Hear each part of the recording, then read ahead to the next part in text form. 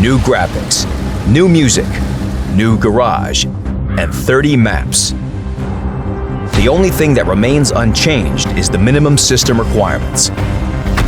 Watch the Update 1.0 review for more details.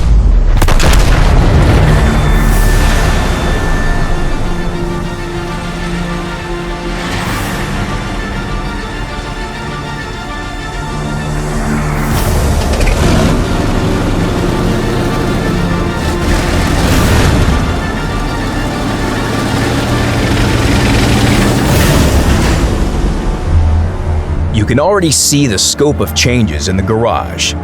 The old, small, cozy garage was replaced. It's completely different. While looking at it, you don't want to say the word garage anymore. This place inspires new achievements and victories.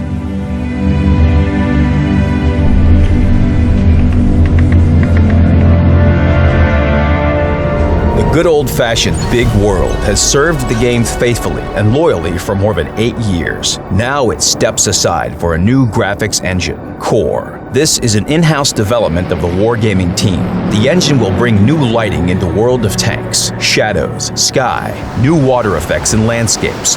All the vegetation and the majority of objects on the maps have been rendered anew. The newest technologies allow the team to add visual effects into the game that impress with their realism. Interactions between the vehicles and the environment have shifted to a completely different level. Just look at the shooting effects. The Havoc destruction technology allowed us to change our approach to the in-game destruction system. In future, the number of destructible objects will be increasing. The new engine made each map almost borderless. But the most important thing is that the minimum system requirements haven't changed. If you could play World of Tanks on your rig with the older graphics, you will be satisfied with the new graphics on the same PC. When you first launch the game, the settings will be defined automatically. The system will select the maximum quality with a comfortable FPS for playing. If this isn't enough, you can adjust the settings manually. You can watch a special video on our channel about how to adjust the settings for your rig. The link is in the description. Moreover, we're releasing a special software config tuner soon. It will allow you to increase FPS by setting the visual effects more precisely. Follow our news on the official website.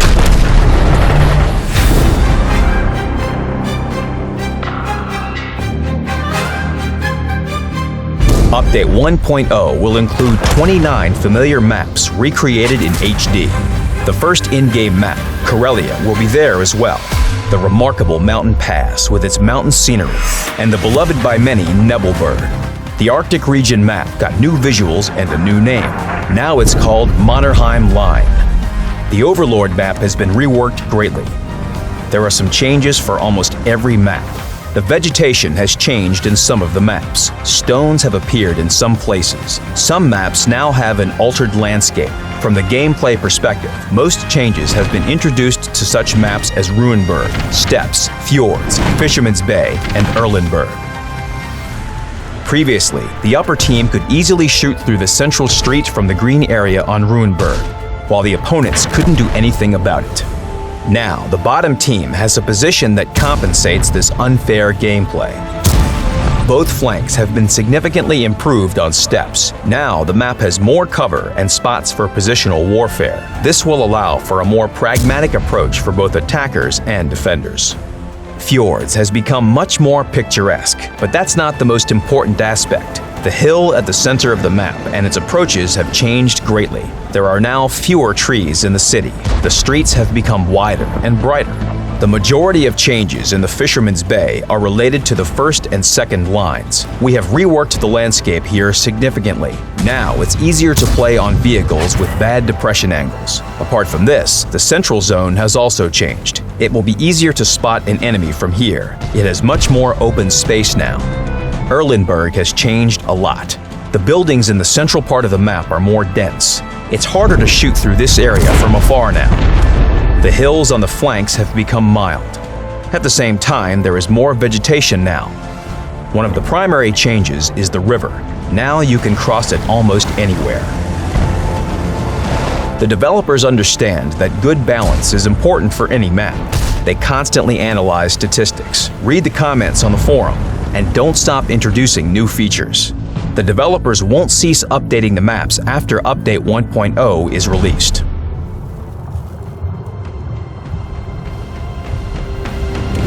Another in-game winter map will be the brand new Glacier. To say the least, it's a very exciting map. You have to see it. The map brings players closer to the Arctic Circle. Battles will evolve around snowy, impassable mountains, in the middle of a real graveyard of huge, impressive ships. The greater part of the map is a frozen surface. In some places, the ice can even crack under heavy vehicles and they will sink. So first, you should be careful and study the map thoroughly.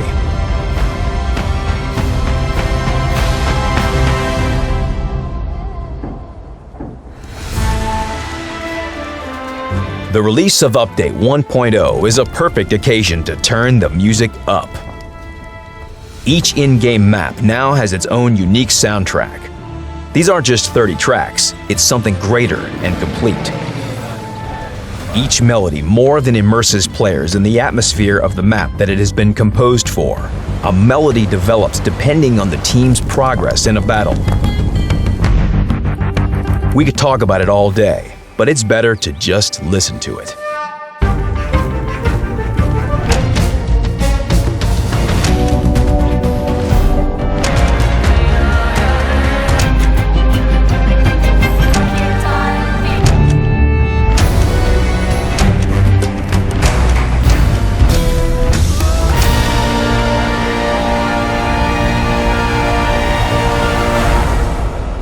Update 1.0 is the start of a new countdown.